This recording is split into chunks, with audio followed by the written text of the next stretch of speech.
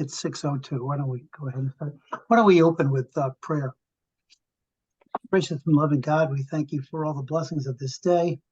We thank you for this time together and the fellowship that we share in your name. We give thanks for the leadership to which you call us in the Episcopal Church, and we ask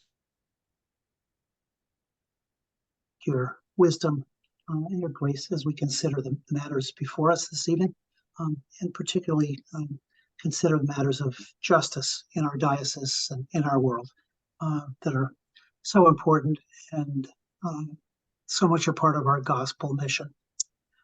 We also pray this evening for the people of Israel and Gaza and throughout the Holy Land, the place of love that your Savior himself walked. And we ask your protection for all those in harm's way and guidance to those making decisions. In Jesus' name we pray.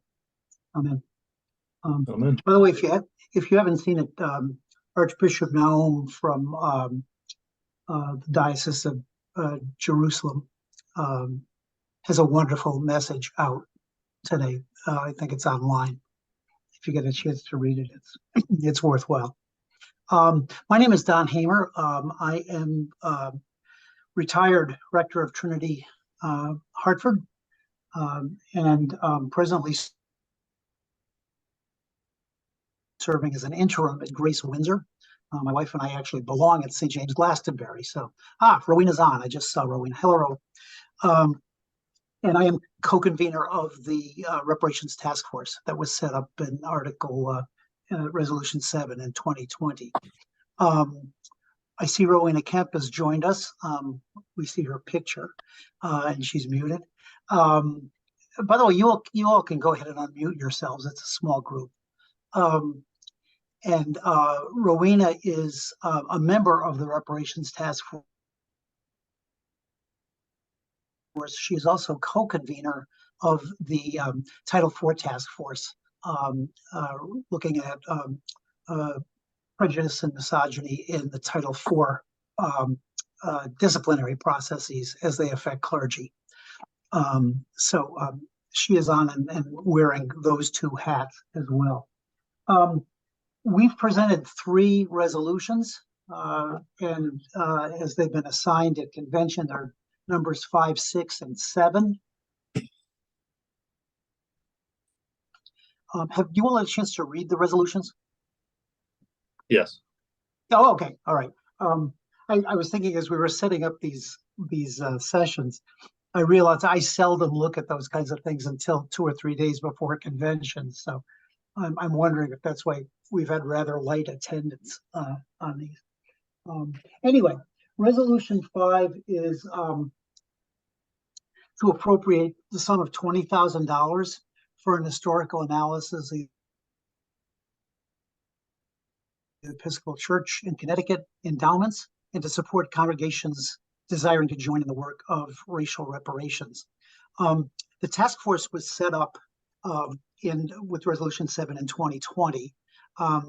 We began our work in the late spring, early summer of 2020. And it's fair to say we got off to a slightly bumpy start. Because of the way people were invited to join that, many people really didn't know what the mission of that task force was. A number of people who got appointed to it and thought it was going to be done in like 3 to 6 months. We were going to look at reparations options. We were going to consider what reparations might look like, make a recommendation, and walk away. It turns out it's a much bigger job than that, because as we got into it, we realized that before you can get to reparations, you have to first have a recognition and an acknowledgement of the injustice and the pain that has been caused, to recognize that, to work on do the work of repentance for it, and then as part of the penitence comes the reparations piece. And so we realized fairly early on that our work would have to be guided in part by all those other things we voted on in that Resolution 7, which involved a significant amount of work at the parish level and throughout the diocese.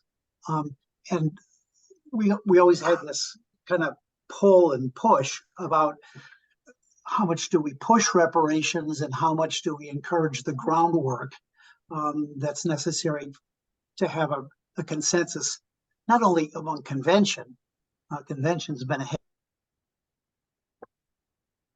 of the game, but across at the congregational level among parishioners. As clergy, we've heard of a lot of rectors who want to do this work getting pushback from their congregations because it's politics in the pulpit sort of thing, and a lack of recognition of at the congregational level of what the issue really is. So an example is parishes in Resolution 7 were asked to do a thorough parish history of not only their congregation, but their surrounding town with respect to the issues of racial justice. At last count, at last count, according to the diocesan archivist, there are fewer than 25 of our 150 some odd parishes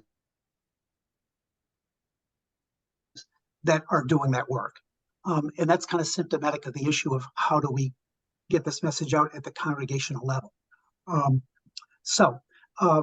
Having said that, part of the issue has been how do you put a price tag on a human life? How do you begin to come to an idea of how much money, if we're going to do reparations, how much money is the right amount of money?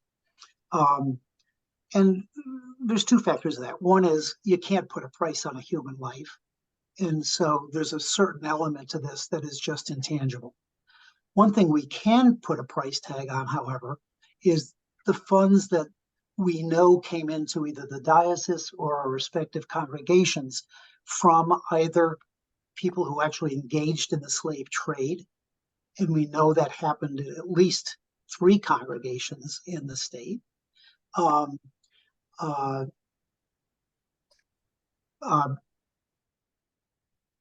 sorry, 3 what? Financial benefit that came to congregation. What's that? The parish or members of the parish? The members of the parish. The members of the parish. Yeah. Yeah. We also have parishes that directly benefited in one way or another. Because we're in the north, we were not exempt, because the reason the north got wealthy is because we made the stuff to be shipped to the south. I understand that. My question was more about was it, if we're tying it, I want to be clear about the distinction between individuals and parishes. That's all. Well, when you look at historically, when you look at this time period, who were the wealthy merchants and professionals, right? Right. Not only the people who were sitting in our pews, who were the vestry members, because at that time, remember, it was only men. Right. But also the clergy, because if you look at Connecticut's 1730, I think is the first one, census, they list professions and how many enslaved people those folks had. Right. And then you can go by town and it lists all the leading men, and in some cases the wealthy women, and it also tells you how many enslaved people. And the thing about Connecticut is every single one of our towns have a history of the town, and you can go back and you can trace from the original families how they made their money, who was in their households. So it's not only a part of society, but the church also, how the monies that was used to build churches and develop communities, who built the churches, because we have a couple that were actually built by enslaved people. So it's a lot deeper than we would even think. Perfect example, the town of Ivoryton. Do you know where Ivoryton gets its name? From the African ivory.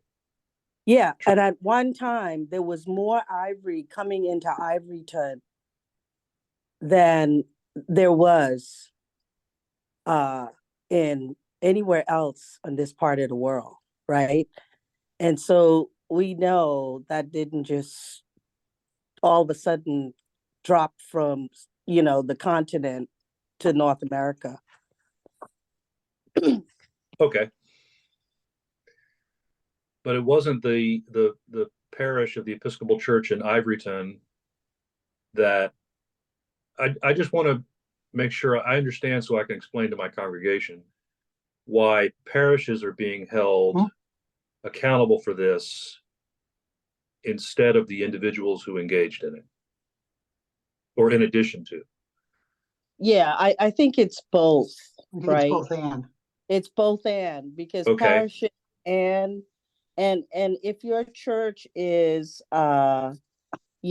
post emancipation, it doesn't mean your hands are clean, because the historians always and sociologists tell us, you follow the money, right? We have parishes that are living off of endowments that came from folks who directly benefited from the transatlantic slave trade. And So that money has been handed down and turned over, and all our institutions, and when great folks died and left property, property always also was enslaved people.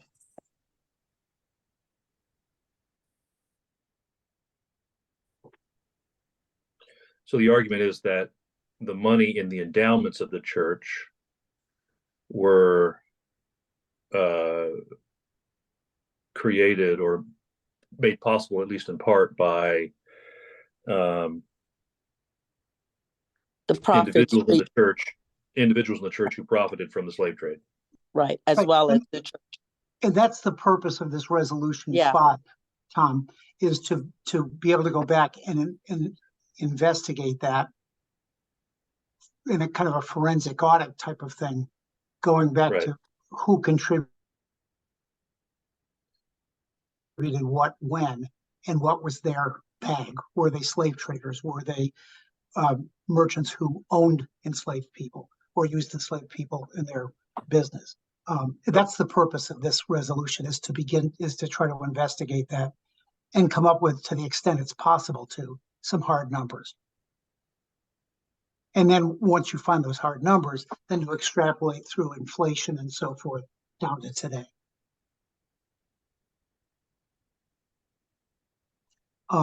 So there's the request is for $20,000. $10,000 is for the diocesan endowed funds, and there are many of them. And Rosanna Rosado, our canon for mission finance, suggested that was a good figure for this type of an audit. And then the suggestion was also, there are some parishes who believe that their endowments were funded in part as the fruit of the transatlantic slave trade, and would like to investigate their own endowments to see how they can be part of this.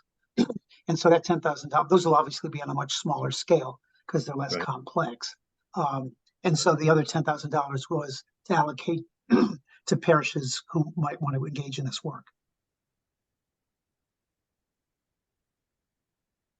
And both of those sums are to come from, there's unrestricted funds that the diocese has, and that would come out of those.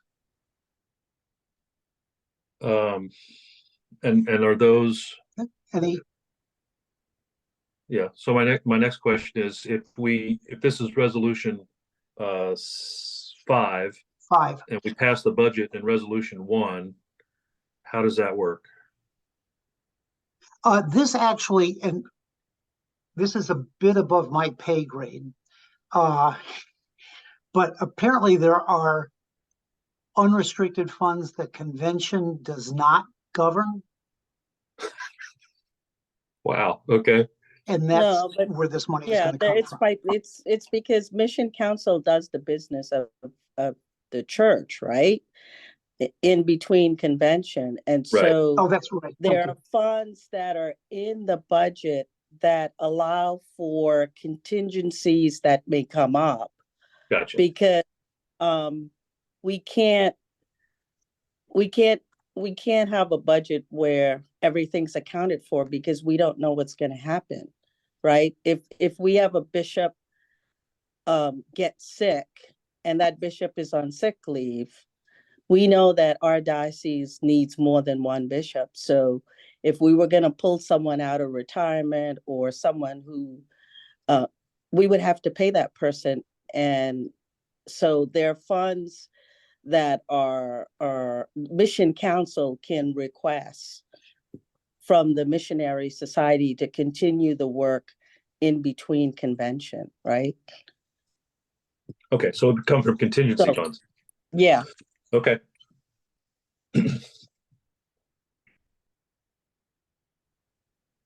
I'm sorry, Tom, you broke up a little bit.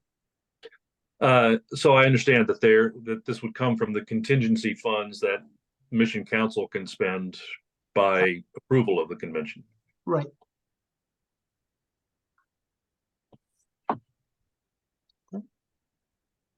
Any other questions or comments on resolution 5?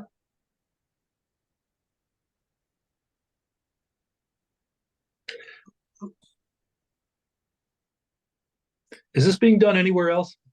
Okay, let's move on to resolution 6. And this is the kind of the most, I'm sorry. Don, Yep. Tom asked the question. Yeah, Oh, I'm sorry. What Yeah, has been I the- must have been muted. I didn't hear it. I'm sorry.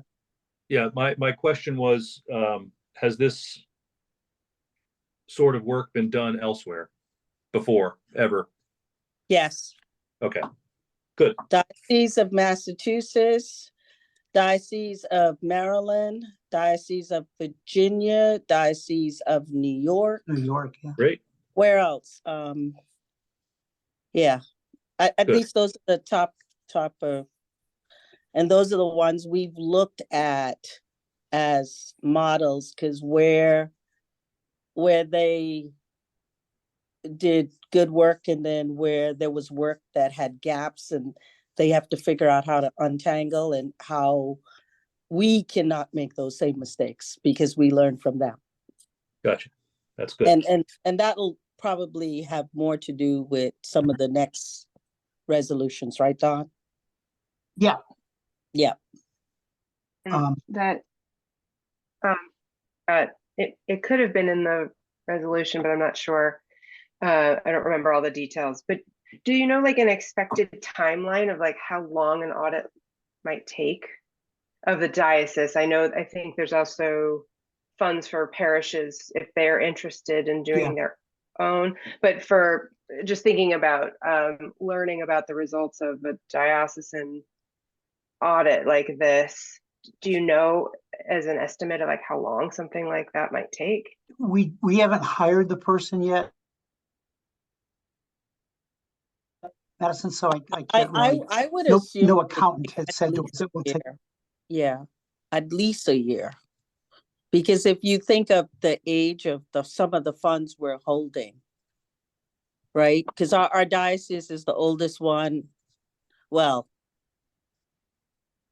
no, we're not the oldest diocese. We're the first one because of how we were organized. But we have monies that go back to the early, 1800s, right? So the 17 whatevers. Yeah. So would have 1700s. assumed a year. That would have been my my guess. I just wasn't sure. Yeah, I would Yeah, have assumed I a would think year, you know, it would take at minimal a year. Just because of the Yes, nature of the funds and all the paperwork that goes with each one of them, particularly the ones that are much older.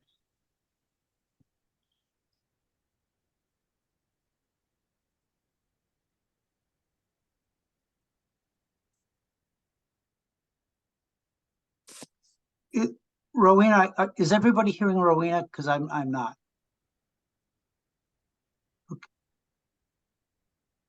I was done. I wasn't speaking anymore. Okay. Okay. Okay, under resolution 6. 2023 is the 175th anniversary of the abolition of slavery in the state of Connecticut. And we wanted to acknowledge that. And we will have part of this resolution is to encourage everyone to participate in a big ceremony and service over the Martin Luther King holiday in January of 2024.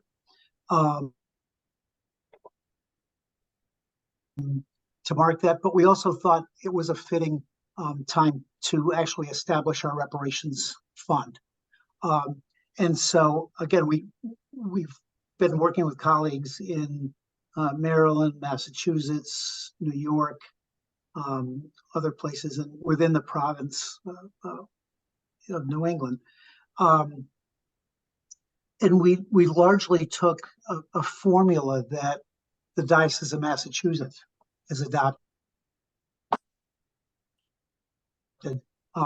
That both our leaders, bishops and canons, and the reparations task force felt would work in Connecticut.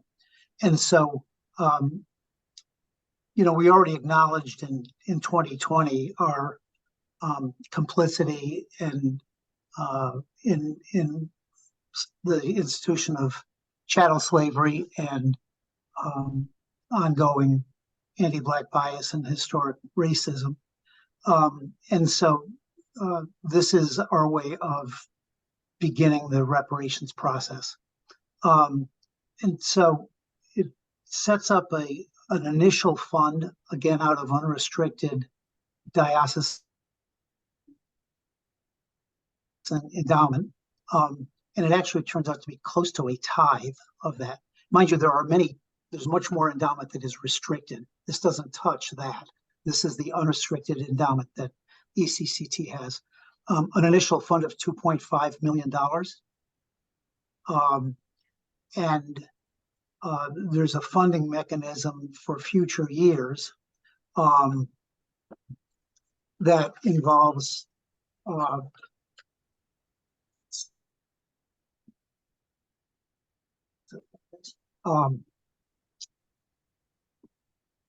that there'll be continued funding in the amount of 10% of the diocese's annual draw from the unrestricted funds and bishop-directed funds.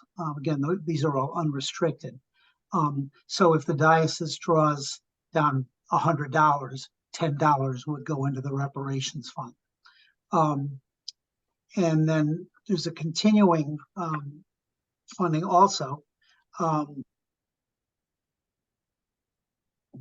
Additional commitments of 10% of the annual draw from the unrestricted funds and bishop-directed funds, and 3% of the income from parochial assessments. So if your parish pays in $2,000 as a diocesan assessment, 3% of that will be funneled into the reparations fund.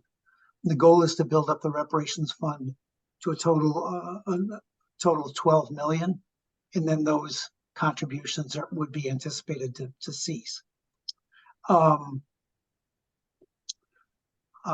And also the resolution encourages additional contributions from congregations or from other organizations or individuals who seek to build up that fund. The resolution also sets up a board that would consist of the bishop and representatives of Mission Council, the reparations task force, the task force on the title of Title IV task force,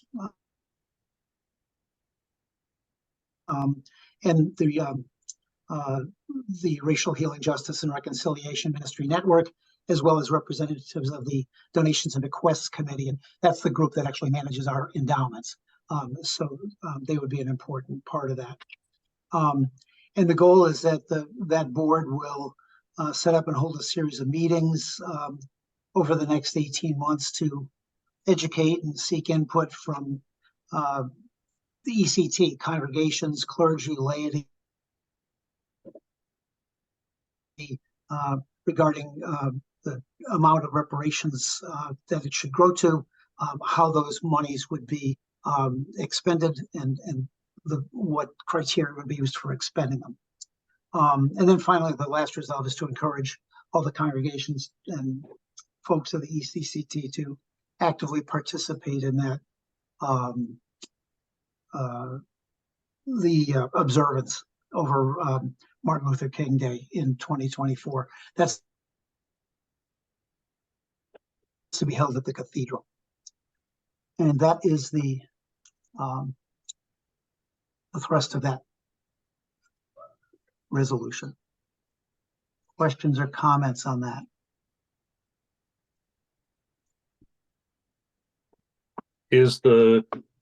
I'm sorry, I keep jumping in.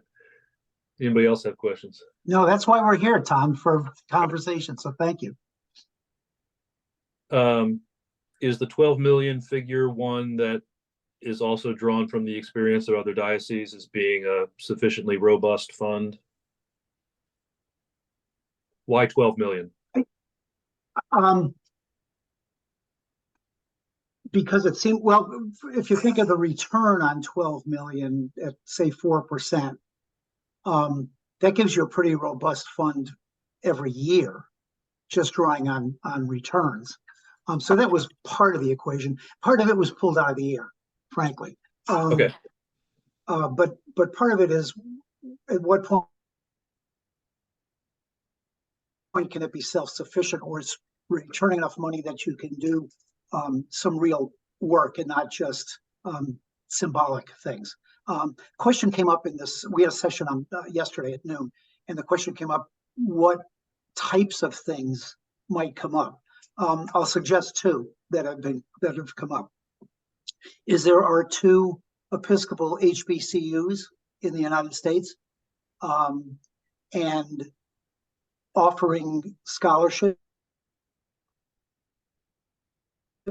full scholarships for particularly perhaps first generation folks who want to go to college. That would be a wonderful use of that, given the fact that education was one of the things that was withheld from enslaved people and people of color until relatively recently, actually. Another is one of the members of the task force has done extensive work with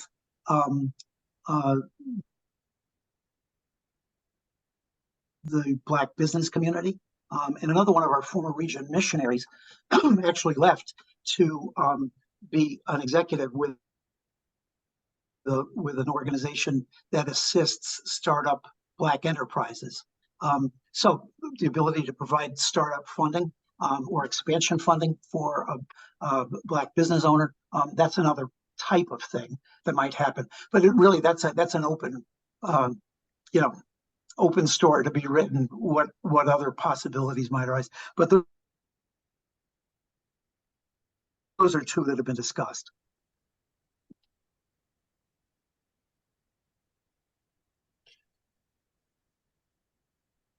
What was the, let's see. I'm anticipating my vestry again. So as I read this, as a vestry member, I would say it looks like a 3% assessment on, I don't know, we give 10% of our contributions every year to the Common Mission Fund of the diocese. And 3% of that, oh, so that's 3% of 10%. Right. Okay. So it's not 3% of the diocesan budget. No. It's Yeah. 3% of the assessments coming from congregations. Well, isn't that 3%? Boy, I hope this will need to be clear, I think. Whether it is we're actually growing the diocesan budget by 3%. I wish I could explain what my difficulty is here to understand. Does this end up being a 3% cut in the budget of annual convention, or a diversion? There's a better way to phrase this, but well, there's other sources of income besides the congregational pledges or the congregational assessments. The diocese has many other sources of income, including growth on the existing endowments. So it And doesn't- remember, 80%, huh? isn't it about 80% of the budget of annual convention is common mission support? I don't think so. I'm not sure. Anymore. I think Yeah. it's like 60%. Yeah. I was just looking at it. I think there was a pie chart, Right. and I'm not going to remember the numbers because I just don't remember numbers. But But if your church is assessed $10,000 a year, 3% of that $10,000 is going to get allocated to the reparations fund. Right, and Just for 3% of clarification. everybody else's common support as well. Right. So it's actually 3% of 60% of the budget of convention. No. It's 3% of the assessments. Which is 60% of the annual budget for convention. studies. Okay, I see what you mean now. About the parish contribution. Does this change what parishes will owe? Like, for instance, if No. we give 10. Okay, so we give our 10%, gets used, and then 3% of that is going to be contributed to Right. the reparations fund. The diocese is going to take Okay, the pot so of money that comes we're not giving from 13%, I guess. No, Like, no. that's my question. Yeah. the Okay. congregations. The congregations assessment is not going to change. That stays the same. And then the diocese, once it receives that, put some here and some there, and 3% is going to go into the reparations pot. I just wasn't clear. I actually pulled up the resolution. So it says, resolved that Mission Council will appropriate a sum equal to 10% of the annual draw from the unrestricted endowed funds and 3% of common mission support assessments annually. Okay. It could cause panic, if for smaller parishes and stuff. Oh yeah. Yeah, no, the parish But also, obligations do it not also change. means that if our current budget is 100,000, let's just draw a round number, that there's going to be 3% less funds to do what we currently do, assuming all the contributions are equal, and so that's a real commitment. If we were to look at the current budget, this year 2024 budget, we would need to think of places where we could choose to draw that 3% that we will instead be using towards reparations or the reparation fund. Mhm. That's And that's part of the commitment, I think, Tom, that the convention made in 2020 when they established the reparations task force. Yeah, Madison, go ahead, sure. Do you mean the diocese or do you mean your parish? Because I don't think anything's going to necessarily change from the parish perspective. But when you say we, you mean like funds that the diocese can then use? Yes, you're correct. Right. It won't, what my parish contributes won't change, but what the diocese, the funds, how the diocese spends its funds will change. I'm sure we were on the same page there. Yeah.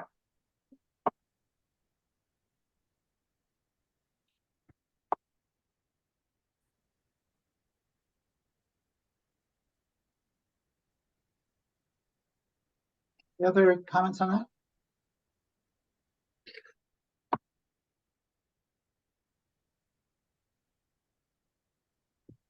What I hate about, go ahead. Tom.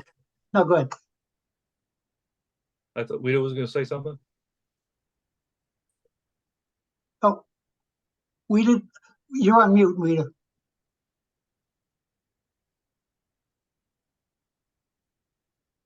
Gotcha.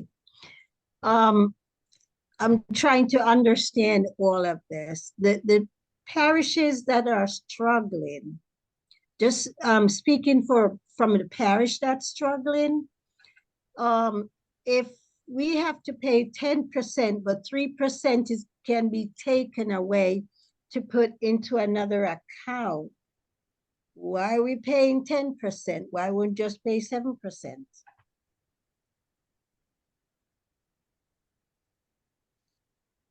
that Because make it- sense? the way Well, things because the diocesan assessment is 10%, is 10%, and that's what right?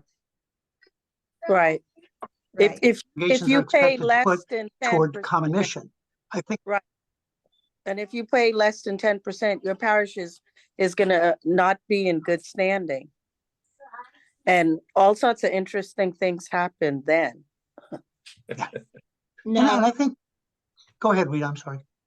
no, I'm just saying that, that's how the congregation gonna look at it. If you could take 3% away, why not just lower the percentage and leave it up to them to do it? Yeah, What they can let me contribute to it. yeah, let me respond to that. I don't think we're taking 3% away. What we're recognizing, as we recognized in 2020 when we passed that resolution, is that it's part of the diocesan mission to make whole the breach that was caused through 200 years of chattel slavery. And we're now, the chickens are not coming home to roost, and we're finally embracing that. So I think what we need to recognize is this is not an additional thing that's being added on to the diocesan mission. It's something that we should have been responding to all along, and that we're only now in 2023 responding to.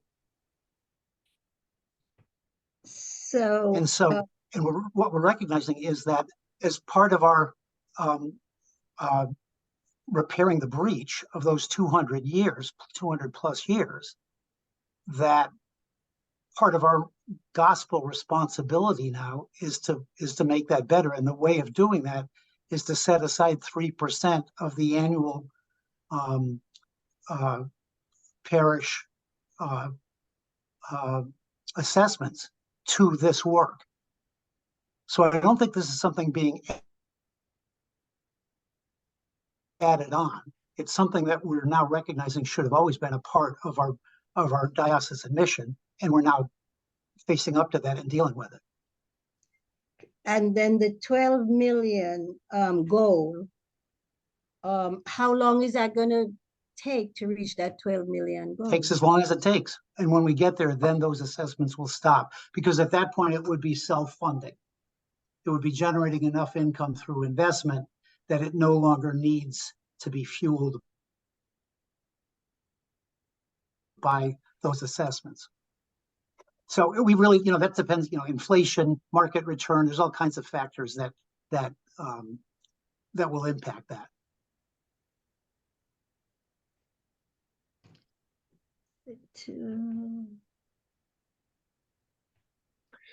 The other thing, Wita, is that the assessment of 3% of our contribution is not the same as taking reducing yeah, Don, I would suggest a pretty clear graphic when you present this to explain to folks the difference between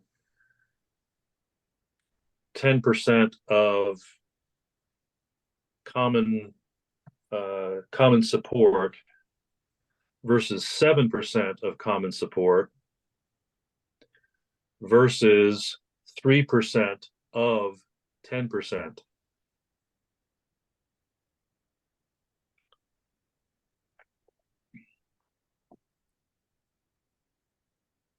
How I missed, again, there was a slight breakup right before the words of 10%, and I missed Okay. something. So 10% of 100,000 is $10,000. Right. 7% of $100,000 is $7,000. Okay. Right. Now, if congregations are thinking the way Wita suggested they might, which is, I don't want to give 3% of my contribution to the diocese, it's a misunderstanding of what's being asked. Because in fact, what happens is it's 10% of the diocesan common mission support is $10,000. And then 3% of the 10,000 is what's going to be put in the reparations fund. And that's $30. Or I'm sorry, $300. Yeah. That's a very different figure than 7,000. It's going to take a lot of explaining to do. Yeah. Now the principle is still the same, right? We're making up for lost time, if you will, of trying to address the inequities caused by slavery. But I think if the scale of it is not as frightening, it's more likely to succeed. Okay. And So same a graphic. thing. I'm sorry, who's Madison? Oh, it's Madison. Yeah, I agree with Tom, and it might be helpful for delegates to see like a example parish or something to say like, okay, so St. Swithin's is, this is their budget, and this is what they give their 10% to the diocese, and then that 3% of that 10%, I think, is, if I understand, is what will then be contributed to the reparations fund, just to give people an idea, because I do think our brains immediately go to, oh, well, now 7% of my meaning St. Mark's, contribution to the diocese is going to go to like the operating funds that I know and am familiar with, and then 3% of which is a lot. I think it might worry people about like, will we be able to continue the services and ministries that we're doing? Not that this is not important, it is, but I just think it might be helpful to have some actual numbers on a slide that people could look at. That's all. Yeah, Yeah. because if you're given, I agree with you. I agree with what you say, Madison. Because if we're giving 10%, and this is to keep the diocese going, to do all that they have to do, and now they're taking 3% away from that 10%. Are we going to lose some things that the diocese usually do? Because it'll be less money there. So they're going to need like a physical graph to, see how that's going to work out.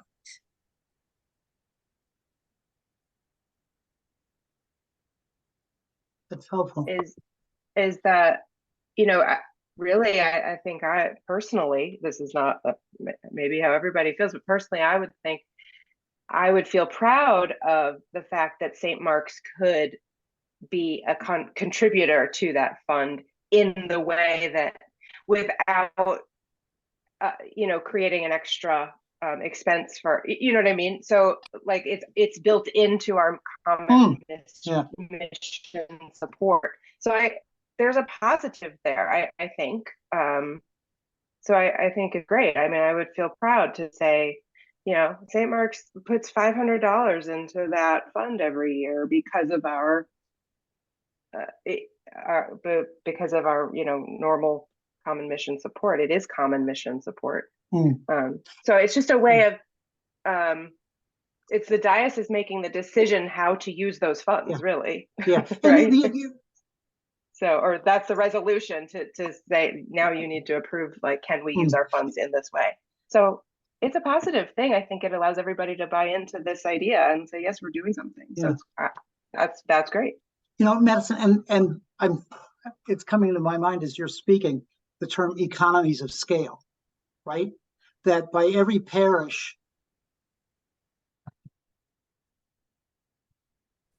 by taking a bit of every congregation's assessment and pooling it, we can achieve far greater things than St. Mark's may be able to do on its own, right? And it doesn't cost the parishes anything more. Yeah. Yeah, thank you. That's been really helpful.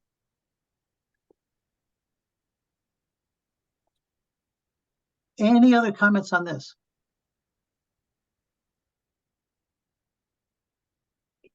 I just want to give a time check that we have 10 minutes left to the call, 9 minutes left to the call. Unfortunately, we have the simplest resolution left to do. So this has been incredibly helpful. Thank you all. Do we have, could you all send me your email addresses if I give them to you now? Because what I'd like to do is send some further thoughts out to you and get your feedback. Sure. Okay, so my email address is RevDon, R-E-V as in Victor, D-O-N, as in Nancy, 2016. It's the year I made up this address, at gmail.com. Because I've heard a couple of things, a graphic, example, parish, and so forth. I'd like to put some of those things together and then get them back to you and see what you think. Okay, Maggie gave us a time check. Let's move on to the last one, which I think everybody's going to cheer over, which is, and I don't know how many of you, if any of you, are involved in your parish parochial reports, but for the past several years, there's been a requirement of an addendum to show what, if anything, your congregation has done with respect to racial justice, education, and so forth.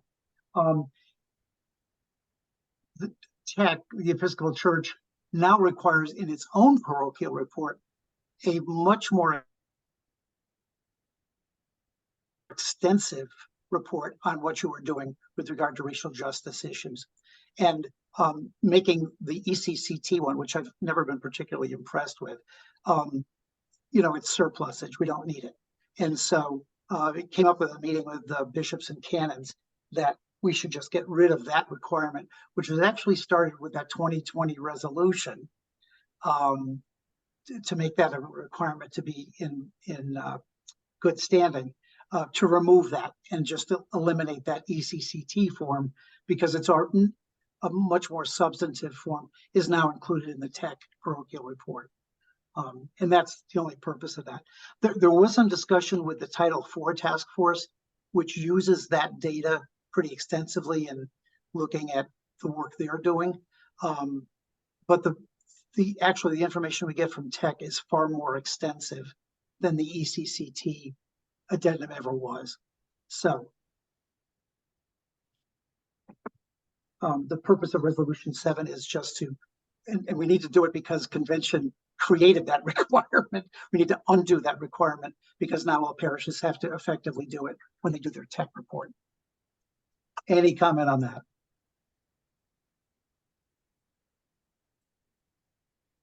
I just want to say that my parish is without a priest right now, so I have to go back. So that's why I'm attending and asking the questions, because I have to go back to vestry and explain to them what these resolutions are about. Yeah. Rita, remind me what your parish is, please? It's All Saints in Wolcott. Okay, all right. Yeah, we don't have a priest right now. Yeah, you're in a lot of good company, unfortunately. Yeah, I know. Yeah, so it's going, so that's why I want to understand so I could explain to them, to vestry, what these resolutions. Sure. Let me give you all my phone number too, just in case for whatever reason you want to give me a call. Is 860-614-1360. And I'd be happy to talk, Rita, if you'd like. I'd be happy to, if you have a vestry meeting on Zoom or something, I'd be happy to Zoom in and chat with your folks if you'd like. All right, I'll pass that on. Okay. Yes. We don't want to lay that heavy burden on you alone. Well, I'm sure there are the parishes that are in the same predicament as we are. Yeah.